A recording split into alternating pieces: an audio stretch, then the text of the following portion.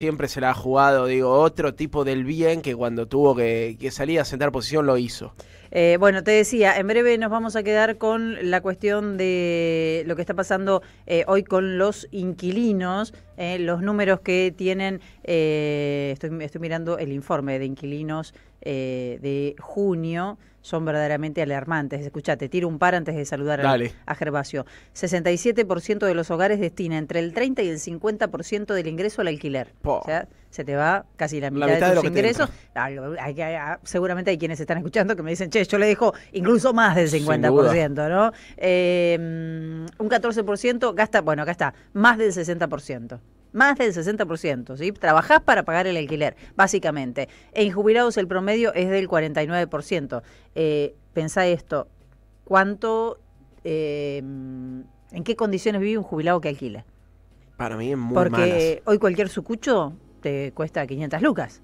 Totalmente, bueno, digo, y la jubilación mínima con bono está un poquito arriba de 350. Gervasio Muñoz es integrante de Inquilinos Agrupados. ¿Cómo estás, Gervasio? ¿Qué tal? ¿Cómo están ustedes? Buen Bien, día. gracias por recibirnos en este feriado. No, ustedes. Esto, ¿no? ¿En qué condiciones, supongamos, la mitad de una jubilación? ¿Cuánto? 200 lucas, 250, ¿qué alquilas? ¿Una habitación? Sí, hoy una habitación de hotel en la ciudad de Buenos Aires con baño compartido está a 350.000 Uf, pesos. claro, ni siquiera entonces. No, no, ni siquiera. Te lleva toda la jubilación a uno de la mínima. Sí, obvio.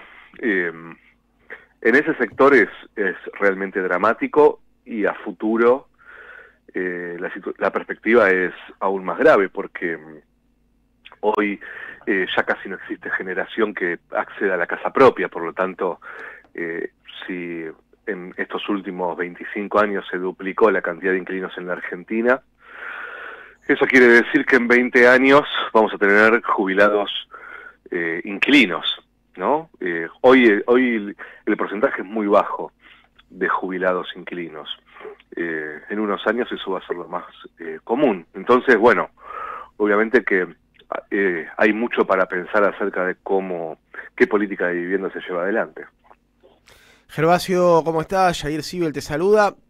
Me pregunto qué Sí. pasa con el correlato entre la ampulosa construcción de nuevos departamentos. Digo, si uno camina por la ciudad de Buenos Aires, por Rosario, la otra vez estuve también en la ciudad de Santa Fe y la situación es la misma, cada vez Sí. más departamentos y cada vez menos gente con casa propia. Y ahí te pregunto algo, tenemos una histórica tradición del peronismo de construcción de barrios obreros, ¿no? El primer peronismo, el segundo peronismo haciendo barrios de primera para trabajadores.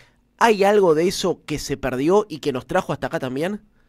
Es que en realidad el peronismo, el primer peronismo, te diría inclusive desde el 43, desde que Perón asume la Secretaría de Trabajo, se caracterizó en su primera etapa no por la construcción de barrios, sino por eliminar el negocio de la vivienda.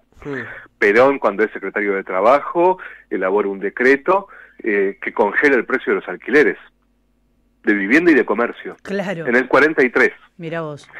Y eso dura hasta el 55, hasta el golpe de Estado. Después, en el mismo decreto, se prohíbe tener vivienda vacía por más de un mes en Argentina. Y después, en el 49, por supuesto, en la Constitución Nacional se declara en realidad la función social de la vivienda. Por supuesto que después, de manera, te diría, periférica, existe la política de vivienda de construcción. Y después la de crédito hipotecario, cuando el banco hipotecario era del Estado, hoy es de Eduardo Elstein, ¿no? Y además las viviendas en ese momento cotizaban en pesos, no en dólares, Claro. como hizo Martínez de Oz. Claro. Entonces, yo creo que lo que sí se perdió, y no es casualidad, es que poco se sabe acerca de que el peronismo lo primero que hizo fue regular los alquileres. Y entonces hoy pareciera que el peronismo es construir casas y dejar que el mercado inmobiliario avance de una manera feroz sobre las condiciones en las que vivimos, porque además hoy somos 11 millones de inquilinos en Argentina, ¿no? Entonces creo que si hay algo para discutir, para reflexionar, es qué ¿qué va a ser un proyecto político para el campo popular? Igual Perón construyó casas y muy lindas, la calidad que le ponía a los barrios construidas, realmente Exacto. increíble. Sí. Todavía Sí. digo, esos barrios hoy son barrios coquetos en algunas ciudades, en algunos pueblos, son barrios, digamos, no justamente de los más baratos para alquilar o para comprar. No. Pienso no, incluso totalmente. en Ciudad Evita, en los chalecitos californianos de los que Ah. hablaba Evita. Hay un barrio que se llama Ejército de Claro. los Andes en Chacarita, que ahora es un barrio pituco, pero en su momento tuvo un origen de barrio obrero.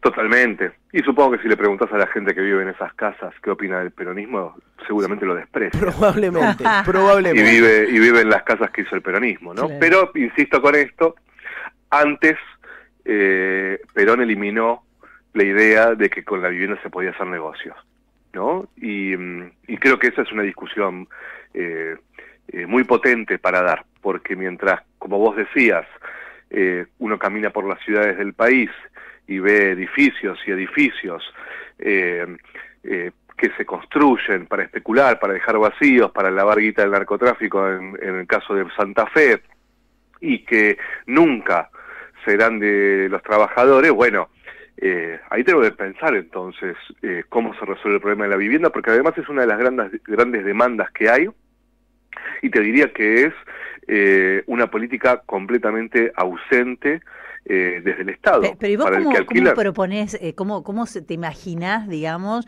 que sería el acceso a esas viviendas? Que las pongan en alquiler, por ejemplo, esa sería una opción. ¿Qué viviendas decís? Las que se construyen como una forma de inversión, esos edificios que vos decís ves en las ciudades que se construyen, para especular. Yo creo que no hay que inventar mucho, que simplemente hay que limitar la cantidad de tiempo que pueden estar vacías. Claro, porque cuando alquilen esos edificios, si son edificios o lujosos o bien ubicados y demás, el tema del precio, digo, no va a ser accesible para cualquiera. Digo, pensándolo un poco en cómo sería eso, ¿no? Totalmente, y bueno, es clave que el Estado, como cuando gobierna el peronismo e interviene sobre los precios de la economía, esta vez intervenga también sobre el precio de los alquileres, claro, ¿no? Sí. Porque se decidía sobre cuánto podía aumentar la obra social, se decidía cuánto podía aumentar la luz, el gas, el agua, etcétera, menos sobre el precio de los alquileres de vivienda. Es medio raro, ¿no? Bueno, el Estado tiene que volver a decidir cuánto puede cobrarse un alquiler. Me parece que un poco la experiencia de la ley de alquiler nos enseña eso.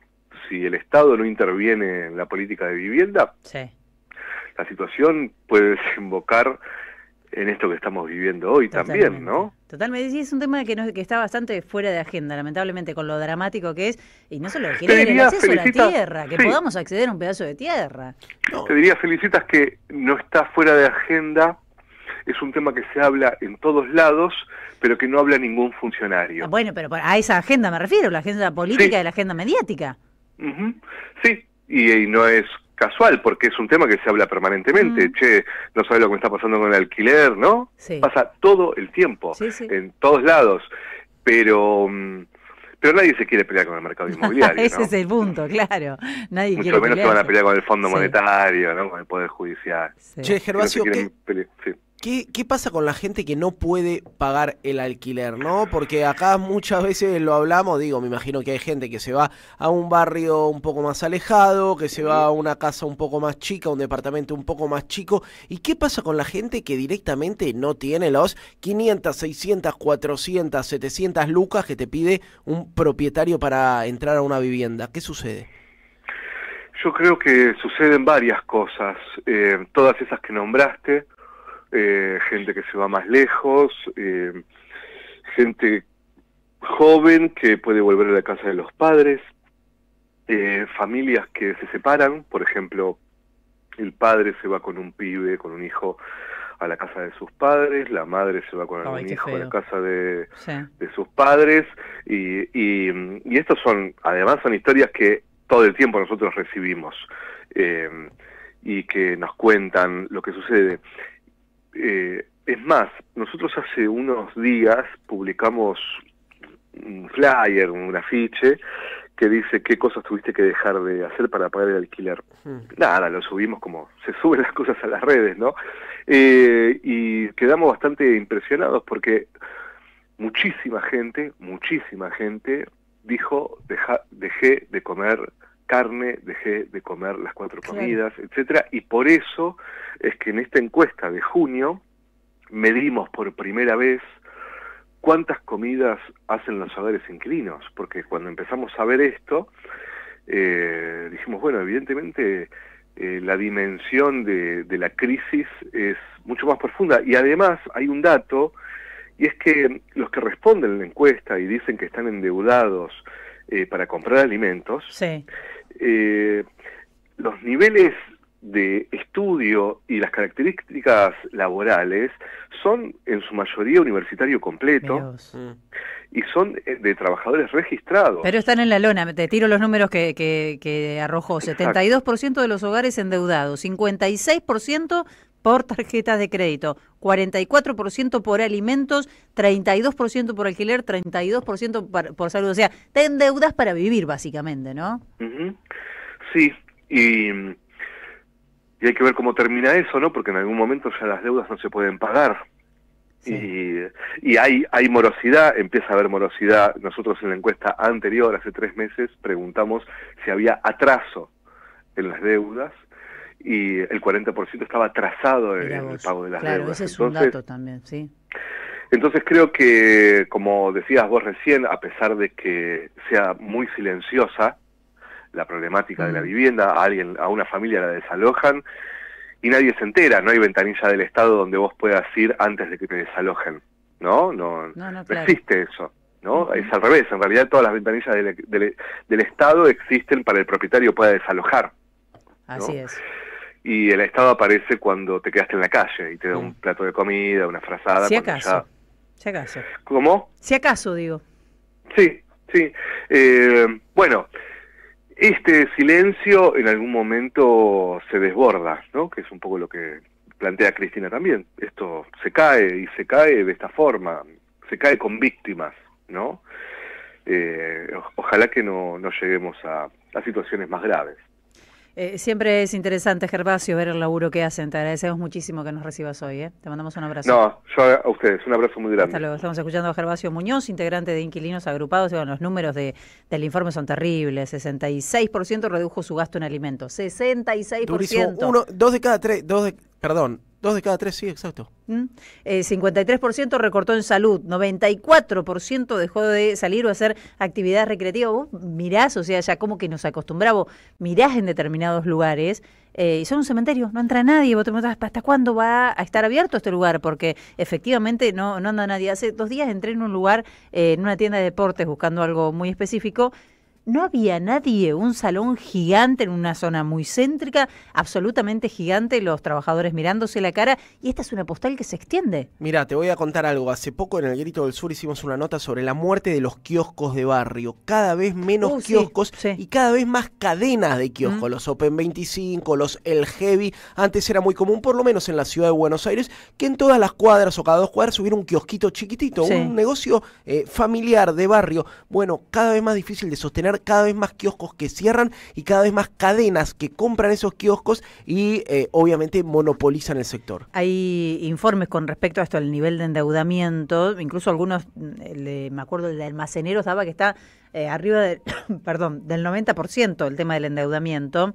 Y esto que dice Gervasio, además no se puede pagar la deuda, o sea, estás endeudado, pero empezás a atrasarte. Por ejemplo, eso pasa mucho con las tarjetas. La mayoría, el que tiene tarjeta de crédito está endeudado con la tarjeta de crédito y empiezan a pagar el mínimo. Y entras... Lo peor que te puede pasar. Entras en una corrida ahí de las cuales después es muy, pero muy difícil salir. Porque la tasa de interés que le ponen al mínimo es usuraria, es tremenda. Entonces vos apelás a eso pensando que, bueno, es un gasto pequeño para el que te sirve meterte a crédito y te compraste una deuda. Después volvemos sobre estos números, quiero ir al tuit de Cristina, al